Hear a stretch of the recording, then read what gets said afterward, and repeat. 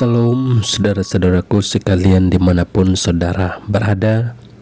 Salam jumpa lagi dengan saya dalam setiap renungan harian. Doa dan harapan saya kiranya Tuhan yang kita sembah, Tuhan yang kita agungkan, selalu menyertai dan melindungi kita dalam berbagai kegiatan aktivitas yang akan kita kerjakan sepanjang hari ini. Sebelum kita merenungkan firman Tuhan pada hari ini, saya mengajak saudara-saudara untuk kita berdoa. Mari kita berdoa. Terima kasih Tuhan atas penyertaan-Mu dalam kehidupan kami. Hingga sampai pada hari ini kami masih tetap sehat dan kuat. Itu semua karena kasih dan penyertaan-Mu di dalam kehidupan kami.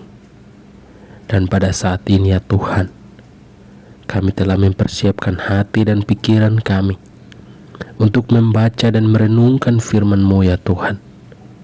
Ampunilah dosa dan kesalahan kami yang seringkali kami mengecewakan Engkau ya Tuhan. Kiranya melalui firman Tuhan yang kami renungkan pada hari ini, kami selalu dikuatkan dan diteguhkan iman kepercayaan kami di dalam mengikut Engkau ya Tuhan. Di dalam nama Tuhan Yesus Kristus, firman-Mu yang hidup, kami berdoa dan siap untuk membaca dan merenungkan firman-Mu. Amin. Saudara-saudara yang terkasih di dalam nama Tuhan Yesus Kristus, firman Tuhan pada hari ini terambil dalam 1 Yohanes pasal 5, ayat 1 sampai ayat yang ke-5. Iman mengalahkan dunia. Setiap orang yang percaya bahwa Yesus adalah Kristus, lahir dari Allah, dan setiap orang yang mengasihi Dia, yang melahirkan, mengasihi juga Dia yang lahir daripadanya. Inilah tandanya bahwa kita mengasihi anak-anak Allah, yaitu apabila kita mengasihi Allah serta melakukan perintah-perintahnya. Sebab inilah kasih kepada Allah, yaitu bahwa kita menuruti perintah-perintahnya. Perintah-perintahnya itu tidak berat, sebab semua yang lahir dari Allah mengalahkan dunia, dan inilah kemenangan yang mengalahkan dunia, iman kita. Siapakah yang mengalahkan dunia selain daripada dia yang percaya bahwa Yesus adalah anak Allah? Saudara-saudara yang terkasih di dalam nama Tuhan Yesus Kristus, firman Tuhan mengatakan bahwa setiap orang yang percaya bahwa Yesus adalah Kristus lahir dari Allah. Bagi kita yang sudah membuka hati dan menerima Yesus sebagai Tuhan dan Juru Selamat di dalam kehidupan kita, di sana firman Tuhan mengatakan bahwa kita telah dilahirkan kembali di dalam Allah. Sebagai orang yang telah lahir kembali di dalam Allah, kita harus hidup sesuai dengan perintah-perintah Allah dan hidup di dalam kasih, yang dimana kita harus saling mengasihi satu sama yang lain. Dan inilah sebagai tanda bahwa kita mengasihi Allah, yaitu kita mengasihi anak-anak Allah. Apabila kita mengasihi Allah serta melakukan perintah-perintahnya. Di sana firman Tuhan yang terlihat jelas di ayat yang kedua mengatakan bahwa inilah tandanya kita mengasihi anak-anak Allah, yaitu apabila kita mengasihi Allah serta melakukan perintah-perintahnya. Ketika kita hidup di dalam Kristus Yesus, kita mengakui Yesus sebagai Tuhan dan Juru Selamat, menerima Dia sebagai Tuhan di dalam kehidupan kita, maka yang harus kita lakukan di dalam kehidupan kita setiap hari adalah harus melakukan perintah-perintah Tuhan. Saudara-saudara yang terkasih di dalam nama Tuhan Yesus Kristus, berbicara tentang perintah-perintah Tuhan, Sudah sangat jelas tertulis dalam Keluaran pasal 20 ayat 1 sampai ayat yang ke-17. Di sana tertulis ke-10 perintah Tuhan untuk kita sebagai umat pilihan Allah harus melakukan perintah-perintah Tuhan yang ada di dalam Perjanjian Lama. Tetapi karena kasih karunia Allah yang begitu sangat besar terhadap umat pilihan Tuhan, Allah telah menggenapi perintah-perintah Tuhan di dalam Yesus Kristus. Yesus Kristus datang ke dunia ini bukan untuk meniadakan hukum Taurat, tetapi untuk menggenapi hukum Taurat. Seperti yang tertulis di dalam Matius pasal 5 ayat yang ke-17. Melalui kedatangan Yesus Kristus ke dalam dunia ini, kita telah diselamatkan oleh karena kasih karunia. Maka firman Tuhan hari ini mengajarkan kepada kita agar kita selalu hidup di dalam kasih, saling mengasihi satu sama yang lain, dan melakukan perintah-perintah Tuhan di dalam kehidupan kita. Di ayat yang ketiga firman Tuhan pada hari ini, 1 Yohanes pasal 5 ayat 3. Di sana firman Tuhan mengatakan bahwa sebab inilah kasih kepada Allah, yaitu bahwa kita menuruti perintah-perintahnya. Dan perintah-perintahnya itu tidak berat, sebab semua yang lahir dari Allah mengalahkan dunia. Dan inilah kemenangan yang mengalahkan dunia, iman kita. Saudara-saudara yang terkasih di dalam nama Tuhan Yesus Kristus, kemenangan yang mengalahkan kuasa dunia, kuasa dosa, kegelapan di dalam dunia ini adalah iman kepercayaan kita.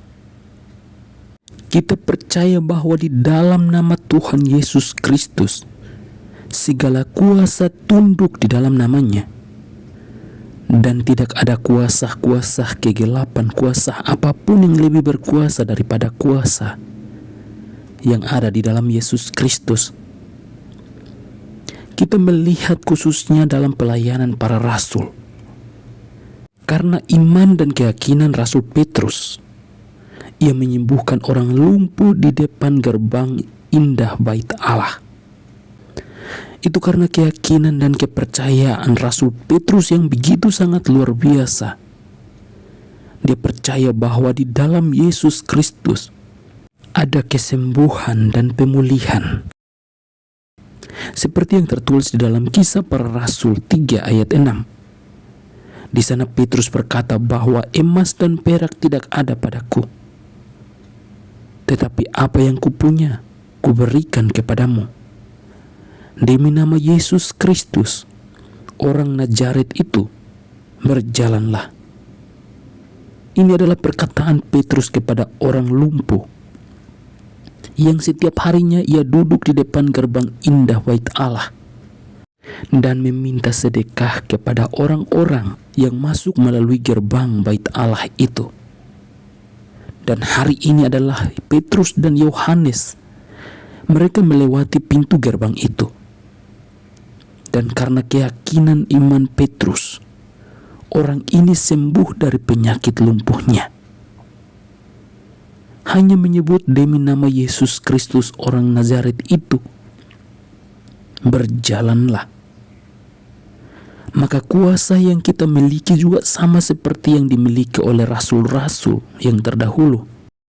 Maka mulai hari ini juga kita beriman kepada Tuhan Yesus Kristus sebagai Tuhan dan Juru Selamat. Kita percaya bahwa Yesus Kristus yang datang ke dunia ini, menderita, mati, dan bangkit dari antara orang mati, naik ke surga, telah mengutus Roh Kudus itu kepada kita.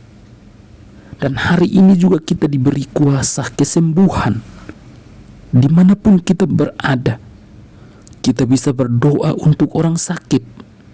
Kita percaya bahwa di dalam nama Tuhan Yesus Kristus ada kesembuhan dan pemulihan. Siapapun itu, hanya dengan iman dan keyakinan kita percaya bahwa di dalam Yesus Kristus Ia mampu menyembuhkan orang yang sakit. Ia mampu menolong kita yang mungkin saat ini membutuhkan pertolongan. Kita percaya bahwa Yesus, Tuhan, bersama dengan kita. Mari kita berdoa. Terima kasih Tuhan atas firman yang sudah kami baca dan yang kami renungkan pada hari ini. Kami dapat diajarkan bahwa benar-benar iman keyakinan kami di dalam mengikut Engkau ada kuasa kesembuhan. Ada kuasa yang begitu sangat besar Tuhan berikan kepada kami. Dimanapun kami berada, Tuhan, Engkau memakai hidup kami. Berikan keberanian. Engkau yang menolong kami, agar kami dapat mendoakan orang-orang yang sakit, mendoakan orang-orang yang membutuhkan pertolongan. Dan ketika kami mendoakan mereka, kami percaya bahwa Roh Kudus Tuhan Engkau yang akan menolong mereka. Engkau yang menyembuhkan mereka, dan Engkau yang menghibur mereka yang saat ini berduka. Di dalam nama Tuhan Yesus Kristus, kami berdoa dan menyerahkan seluruh hidup kami ke dalam tangan kasih-Mu. Tuhan, Engkau yang melihat mereka, pengikut setia renungan harian dalam YouTube channel ini, yang mungkin saat ini sedang terbaring karena sakit, atau yang punya persoalan masalah. Tuhan menolong mereka. Yang punya pergumulan apapun, Tuhan, Engkau melihat mereka dari tempat-Mu yang maha tinggi. Engkau yang mendengar setiap doa-doa dan permohonan mereka. Mungkin saat ini mereka sedang berdoa kepadamu, menaikkan setiap permohonan doa mereka. Tuhan, kami percaya bahwa di dalam Yesus Kristus ada pertolongan dan kesembuhan dan pemulihan yang akan terjadi di dalam kehidupan kami. Di dalam nama Tuhan Yesus Kristus, firman-Mu yang hidup itu kami berdoa. Amin.